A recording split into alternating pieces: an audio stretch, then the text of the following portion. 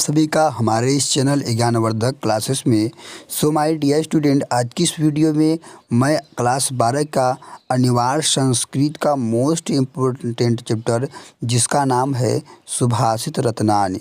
प्यारे बच्चों, यह जो सुभाषित रत्नानि है यह सामान्य हिंदी के लिए बहुत ही ज़्यादा इम्पोर्टेंट है, क्योंकि सामान्य हिंदी में यह जो पद्यांश का होता है, श्लोक जो आता है पद्यांश का एक ही चैप्टर है सामान्य हिंदी के लिए। तो यह सामान्य हिंदी के लिए जो सुभाषित रत्नानि चैप्टर है बहुत ही ज़्यादा इम्पोर्टेंट है। इस पाठ को पढ़ने के बाद मैं इस बात की गारंटी लेता हूँ कि आपका बोर्ड एग्ज़ाम में 7 नंबर जो है वो क्लियर हो जाएगा। आप सब कहेंगे कि भाई आप क्यों इतना गारंटी के साथ कह सकते हो कि यह जो चैप्टर है कि इस चैप्टर को पढ़ने के बाद 7 नंबर क्लियर हो जाएंगे। मैं इसलिए कह सकता हूँ क्योंकि आप पिछले साल कई सालों का आप क्वेश्चन पेपर उठा कर देखेंगे यदि सामान्य हिंदी का, तो हर एक सेट में इसमें का श्लोक कोई न कोई आता ज़रूर है, क्योंकि सामान्य हिंदी में जो है पद्यांश का एक ही ये चैप्टर जो है जो कि पद्यांश का है और हर साल इसी में से आता है। ठीक है, तो ये 7 नंबर का श्लोक आता है लिखने का, हिंदी का अनुवाद करने के लिए। तो इसीलिए मैं ये कह रहा हूँ कि आप सभी को इसको पढ़ने के बाद 7 नंबर आपका क्लियर हो जाएगा। ठीक है, बहुत ही ज़्यादा आसान इसमें श्लोक हैं। ठीक है, तो चलिए वीडियो को स्टार्ट करते हैं। देखिए, आपको सभी को हिंदी का अनुवाद करने के लिए सबसे पहले देखिए आप सभी को 2 चीज़ों की आवश्यकता होती है। कौन कौन सी चीज़? पहली चीज़ यह है कि इस श्लोक में जितने भी शब्द आए होते हैं उनका आप सभी को हिंदी अर्थ पता होना चाहिए। ठीक है, और आप सभी को दूसरी बात यह है कि आप सभी को शब्दों को आगे पाछे कर कर एक एक सही सेंटेंस एक सही तरीके का सेंटेंस बनाना आना चाहिए इसमें का। ठीक है, किस प्रकार से सही सेंटेंस बनता है मैं इस वीडियो के बीच में जो व्याख्या करने लगूंगा तो बता दूंगा। ठीक है, तो चलिए मैं इस सुभाषित रत्नानि के चैप्टर को स्टार्ट करता हूं। ठीक है, तो देखिए मैं इस शब्द जिसमें जब जितने भी शब्द आए हुए हैं इस श्लोक में, इस पूरे पाठ में, मैं क्या करूँगा कि एक एक शब्दों का अर्थ बताऊँगा और आप सभी को मेरे साथ साथ इसको नोट डाउन करते चलना है। ठीक है, तो नोट डाउन करते चलेंगे यदि, तब आप सभी को व्याख्या करने में बहुत ही आसानी होगी। तो चलिए हम सब एक एक शब्दों के माध्यम से इसका व्याख्या करना सीखते हैं। लेकिन इससे पहले मैं बता दूं आप सभी को कि इस पार्ट को हम लोग 2 पार्ट में डिवाइड करेंगे दो पार्ट में दो पार्ट में इस चैप्टर को समाप्त करेंगे, क्योंकि वीडियो बहुत ज़्यादा लंबी हो जाएगी, इसलिए हम लोग पार्ट 1 तथा पार्ट 2 में कर लेंगे। ठीक है, चलिए तो इसमें देखिए क्वेश्चन कैसे बनता है पद्यांश से कि आपको क्या दिया रहता है, एक कोई श्लोक दिया रहता है और आप सभी को क्या करना है उसका हिंदी में अनुवाद और संदर्भ सहित करना होता है। ठीक है, तो मैं हिंदी में अनुवाद इसका बताऊंगा। सबसे पहले मैं आप सभी को इसका संदर्भ बता देता हूं। तो आप संदर्भ हेडिंग लेंगे और लिखेंगे कि प्रस्तुत संस्कृत श्लोक हमारी पाठ्य पुस्तक हिंदी के संस्कृत खंड में संकलित सुभाषित रत्नानि नामक पाठ से अवतरित है। ठीक है, इस प्रकार से आपका संदर्भ पूरा हो जाएगा। संदर्भ जो होता है वो इसमें इस पाठ में जितने भी श्लोक आए हुए हैं सभी के लिए समान होता है। ठीक है, चलिए अब हम सब व्याख्या करना सीखते हैं। तो लिखेंगे कि भाषास माने भाषाओं में, मुख्या माने मुख्य है, मधुरा माने मधुर है, दिव्या माने अलौकिक, गीर्वाण भारती। यहाँ पर देखेंगे कि गीर्वाण भारती यहाँ पर इस शब्द में 2 शब्द हैं इस शब्द में 2 शब्द हैं। पहला शब्द है गीर्वाण, दूसरा शब्द है भारती। तो गीर्वाण का मतलब होता है कि देव और भारती का मतलब होता है मेरे साथी वाणी। क्या होता है? वाणी होता है। तो गीर्वाण का भारती का मतलब देववाणी, देववाणी का मतलब होता है संस्कृत। तो यहाँ पर हम सब क्या करेंगे, गीर्वाण भारती के इस पूरे का शब्द हम लोग संस्कृत ले लेंगे। क्या कहेंगे? संस्कृत। तो गीर्वाण भारती का मतलब संस्कृत। तस्या माने उसका, ही माने है, ही माने है, मधुरम माने मधुर, काव्य माने काव्य। तस्माद अपि, तस्माद माने उससे, तस्माद माने उससे अपि माने भी, सुभाषितम माने सुंदर भाषा है। ठीक है, चलिए अब हम सब इसका व्याख्या करते हैं। तो आप लिखेंगे हिंदी में अनुवाद और मेरे साथ व्याख्या करना सीखेंगे कि भाषाओं में संस्कृत भाषा मुख्य, मधुर और अलौकिक है। उसका काव्य मधुर है और उससे भी अधिक उसका सुंदर भाषा है। इस तरीके से आपकी व्याख्या पूरी हो जाएगी। आइए अब हम सब तीसरे श्लोक पर चलते हैं, दूसरे श्लोक पर। तो दूसरा श्लोक है सुखयार्थिनः कुतो विद्या, विद्या विद्यार्थिनं सुखः। सुखयार्थी वात्यजेत विद्याम, विद्या वात्यजेत सुखम। तो यहाँ पर है, लिखेंगे शब्द कि सुखयार्थिनः माने सुख चाहने वाले को, सुखयार्थिनः माने सुख चाहने वाले को, कुतो माने कहाँ, विद्या माने विद्या है। तो सुखयार्थिनः माने सुख चाहने वाले को, कुतो माने कहाँ, विद्या माने विद्या है।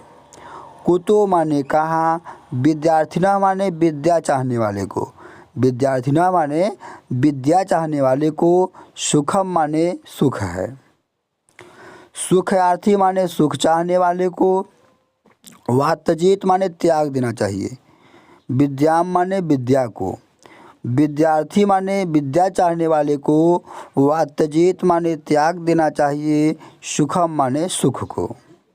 ठीक है, इस तरीके से सभी शब्दों का हिंदी अर्थ हो गया। अब आइए हम सब व्याख्या करना सीखते हैं। तो सुख चाहने वाले को विद्या कहाँ और विद्या चाहने वाले को सुख कहाँ। सुख चाहने वाले को विद्या त्याग देना चाहिए तथा विद्या चाहने वाले को सुख त्याग देना चाहिए। ठीक है, इस तरीके से व्याख्या पूरी हो जाएगी। आइए अब हम सब चलते हैं तीसरे श्लोक पर। तो यहाँ पर तीसरा श्लोक है कि जल बिंदु निपातेन कर्मशः पूर्यते घटः, सह हेतु सर्वविद्यानां धर्मस्य च घनस्य च। ठीक है, तो यहाँ पर क्या है कि जल बिंदु माने जल का एक एक बूंद, निपातेन माने गिरने से, क्रमशः माने धीरे धीरे, पूर्यते माने भर जाता है, घट माने घड़ा, सह हेतु माने यही कारण है या फिर यही रहस्य है, सर्व विद्या नाम माने सभी विद्याओं का, धर्मस्य माने धर्मों का, च माने और, धनस्य माने धनों का, च माने और। ठीक है, तो इस तरीके से सभी शब्दों का अर्थ हो गया। अब आइए हम सब चलते हैं इसी शब्दों के माध्यम से इसका व्याख्या करना सीखते हैं।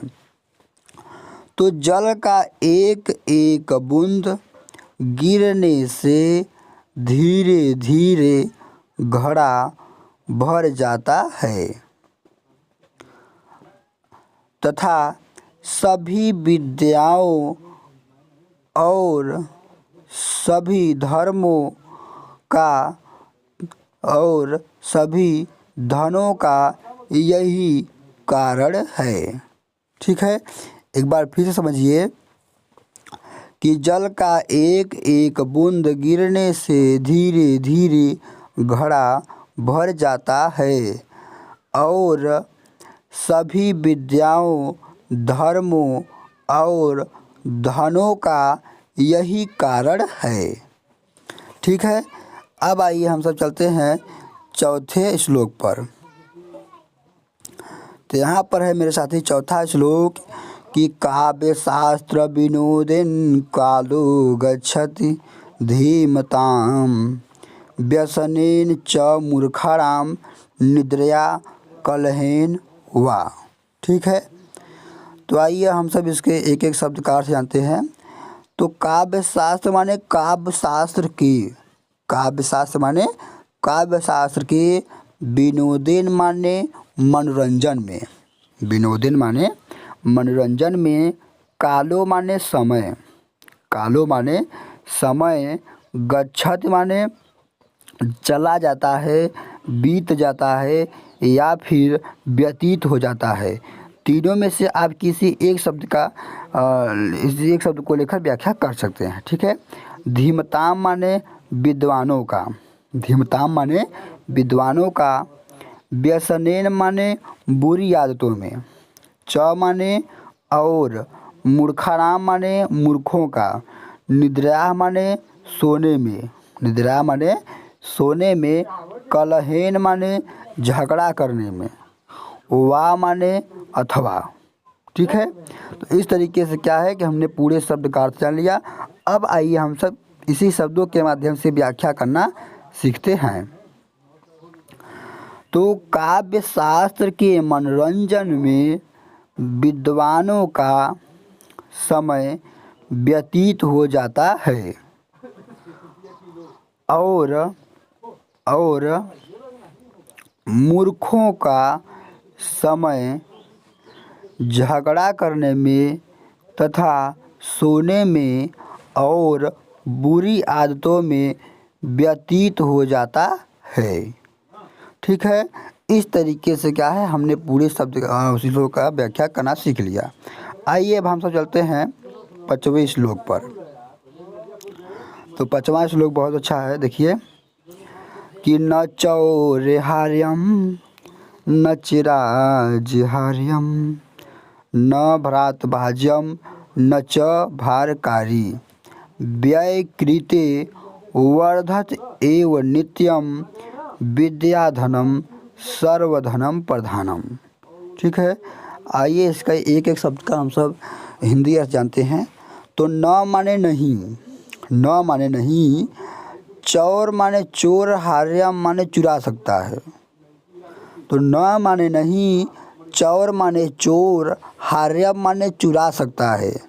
न माने नहीं, च माने और, राज माने राजा, हार्यम माने छीन सकता है। ठीक है। न माने नहीं, भ्रात माने भाई, भाज्यम माने बांट सकता है। न माने नहीं, च माने और, भार माने वजन या भारी, कारी माने या बनता है। तो भारकारी माने भारी बनता है या भारी होता है। व्यय माने खर्च, कृत्य माने करने से, वर्धत माने बढ़ता है, एव माने ही, नित्यम माने प्रतिदिन, विद्याधनम माने विद्या रूपी धन, सर्वधनम माने सभी धनों में, प्रधानम माने प्रधान है। ठीक है। चलिए अब हम सब इसका व्याख्या करना सीखते हैं। तो न चोर चुरा सकता है और न राजा छीन सकता है तथा न भाई बांट सकता है और न यह भारी बनता है या भारी होता है तथा खर्च करने से ही यह प्रतिदिन बढ़ता है। इसलिए विद्या रूपी धन सभी धनों में प्रधान है। ठीक है। चलिए अब हम आप सब आते हैं 6वें श्लोक पर। ठीक है। तो 6वां श्लोक है परोक्षे कार्यहंतारम प्रत्यक्षे प्रियवादिनम वाज्यते तादृशम मित्रम विष्कुंभम पयोमुखम। ठीक है। आइए हम सब इसके एक एक शब्द का अर्थ जानते हैं। तो परोक्षे माने पीठ पीछे, परोक्षे माने पीठ पीछे, कार्यहंतारम, इसमें देखिए 2 शब्द हैं। कार्य माने काम को, हंतारम माने बिगाड़ने वाला ना। तो कार्यहंतारम माने कार्य को बिगाड़ने वाला प्रत्यक्ष माने सामने, प्रत्यक्ष माने सामने, प्रियवादिनम माने प्रिय बोलने वाला, वातजेत माने ऐसे, वातजेत माने वर्जते माने त्याग देना चाहिए, तादृशम माने ऐसे, तादृशम माने ऐसे, मित्रम माने मित्र को, विस्कुंभम माने विष से भरे घड़े, विष से भरे घड़े, पयो मुखम, देखिए यहाँ पर दो शब्द हैं, पय माने दूध और मुखम माने दूध, हाँ, तो मुख में दूध, पयो मुखम माने पय माने दूध और मुखम माने मुख। ठीक है, तो चलिए हम सब इसका व्याख्या करना सीखते हैं कि पीठ पीछे काम को बिगाड़ने वाला तथा सामने प्रिय बोलने वाला ऐसे मित्र को त्याग देना चाहिए। जिस प्रकार विष से भरे घड़े के मुख में दूध होता है, उसी प्रकार ऐसे मित्र को त्याग देना चाहिए। चलिए अब हम सब आते हैं 7वें श्लोक पर। तो 7वां श्लोक है कि उदेति सविता ताम्र अस्त ताम्र। यहाँ पर देखिए ताम्र अस्त ताम्र, तो एक ताम्र का मतलब लाल, फिर अस्त मतलब होता है, अस्त मतलब होता है, ताम्र माने लाल, एव माने ही, अस्तमेत माने अस्त होने के समय, च माने और, संपत्त माने सुख में, च माने और, विपत्त माने दुख में, च माने और, महताम एक रूपता। यहाँ पर देखिए दो शब्द हैं कि महताम एक रूपता, तो महताम माने महान लोग, महताम माने महान लोग, एकताम माने एक रूप होते, एक रूपता माने एक रूप होते हैं या फिर एक समान होते हैं। ठीक है, चलिए अब हम सब इसका व्याख्या करते हैं। तो सूर्य उदित होने के समय लाल होता है और अस्त होने के समय भी लाल होता है। उसी प्रकार महान लोग सुख और दुख में समान होते हैं या एक रूप होते हैं। ठीक है, चलिए अब हम सब आते हैं 8वें पर। तो विद्या विवादाय धनम मदाय शक्ति परेशान परपीडनाय खलस्य साधो विपरीत मेत ज्ञानाय दानाय च रक्षणाय। ठीक है, आइए हम इसके एक एक शब्द का अर्थ जानते हैं। तो विद्या माने विद्या, विवादाय माने विवाद के लिए, विवादाय माने विवाद के लिए, धनम माने धन, मदाय माने घमंड के लिए, शक्ति माने शक्ति, परेशान माने दूसरों को, परपीडनाय माने पीड़ा पहुंचाने के लिए, खलस माने दुष्टों की, साधो माने सज्जनों की या सज्जन व्यक्ति की, विपरीत मेत ज्ञानाय। यहाँ पर देखिए दो शब्द है, विपरीत मेत ज्ञानाय। तो विपरीत मेत माने इसके विपरीत, ज्ञानाय माने ज्ञान के लिए, दानाय माने दान के लिए, च माने और, रक्षणाय माने रक्षा के लिए। ठीक है, चलिए अब हम सब इसका व्याख्या करना सीखते हैं। तो यहाँ से आप स्टार्ट करेंगे कि दुष्टों की विद्या विवाद के लिए, धन घमंड के लिए, शक्ति दूसरों को पीड़ा पहुंचाने के लिए होती है, और सज्जन व्यक्ति की विद्या ज्ञान के लिए, धन दान के लिए, और शक्ति दूसरों को रक्षा करने के लिए होती है। तो इस तरीके से हमने 8 श्लोक का व्याख्या करना सीखा। इसमें पूरे जो श्लोक हैं वो 15 हैं। तो 7 श्लोक का व्याख्या करना हम सब अगले वीडियो में सीखेंगे, ताकि वीडियो काफ़ी लंबी ना हो सके। ठीक है, तो चलिए वीडियो को आप सब सब्सक्राइब लाइक करें, क्योंकि जो मैं पार्ट 2 इसका भेजूँ आपके साथ आपके पास पहुंच जाए। ठीक है, तो धन्यवाद। मिलता हूं अगले वीडियो में एक नए टॉपिक के साथ।